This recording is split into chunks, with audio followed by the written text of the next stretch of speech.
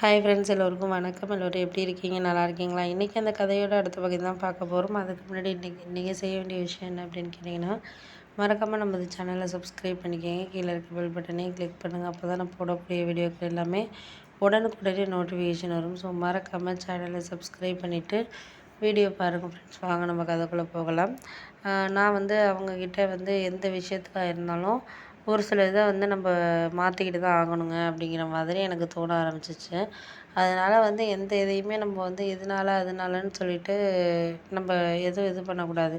முடிஞ்ச அளவுக்கு நம்மளுக்கு எந்த ஒரு இதுவுமே சரியான ஒரு இதில் வேணும் அப்படிங்கிற மாதிரி எனக்கு தோண ஆரம்பிச்சோன்னே, நான் சொல்லிட்டேன். எனக்குன்ட்டு ஒரு விஷயத்த நம்மளால செய்ய முடியுதா, பண்ண முடியுதா அப்படிங்கிறத தான் நான் பார்க்கணும். அதை தாண்டி நான் எதையுமே ஒரு விஷயமா நான் இப்போ இது பண்ணிக்கல அப்படின்னு சொல்லிட்டு நான் சொன்னோன்னே, அதெல்லாம் நீங்கள் சொல்கிறதெல்லாம் கரெக்டு தான். இருந்தாலும் நம்ம அக்கா இந்த மாதிரி சோகமாக இருந்ததே இல்லையே அப்படின்னு சொல்லிட்டு நான் நேரட்டாகவே அக்காட்ட கேட்டேன்.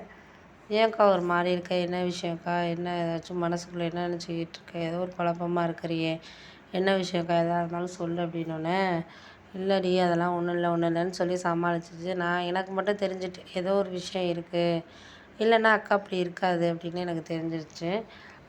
இல்லை ஒன்றும் இல்லை ஒன்றும் இல்லை அப்படின்னே சொல்லி சமாளிச்சிச்சு.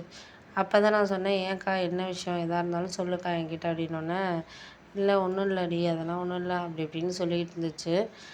நான் இருந்தாலும் கேட்டுட்டு தான் இருந்தேன்.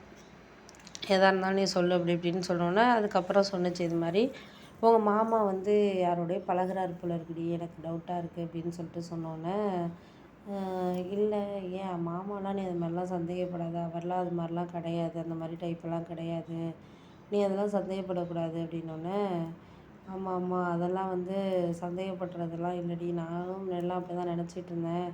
இப்போல்லாம் பார்த்தீங்கன்னா என்கிட்ட முன்னாடி மாதிரிலாம் பேச மாட்டேங்கிறாரு. முன்னாடி சிரித்து கூட கொஞ்சம் நேரம் பேசுவார்.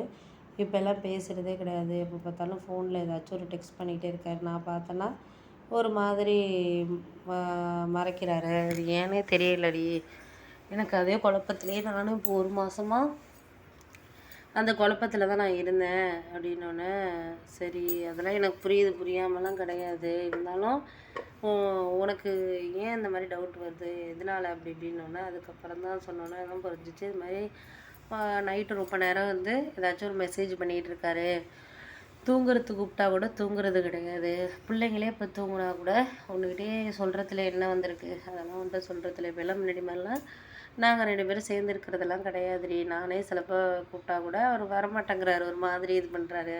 பிள்ளைங்களாம் இருக்காங்க அப்படி இப்படி அப்படிலாம் இருக்கிறவரே கிடையாது அவர்லாம்.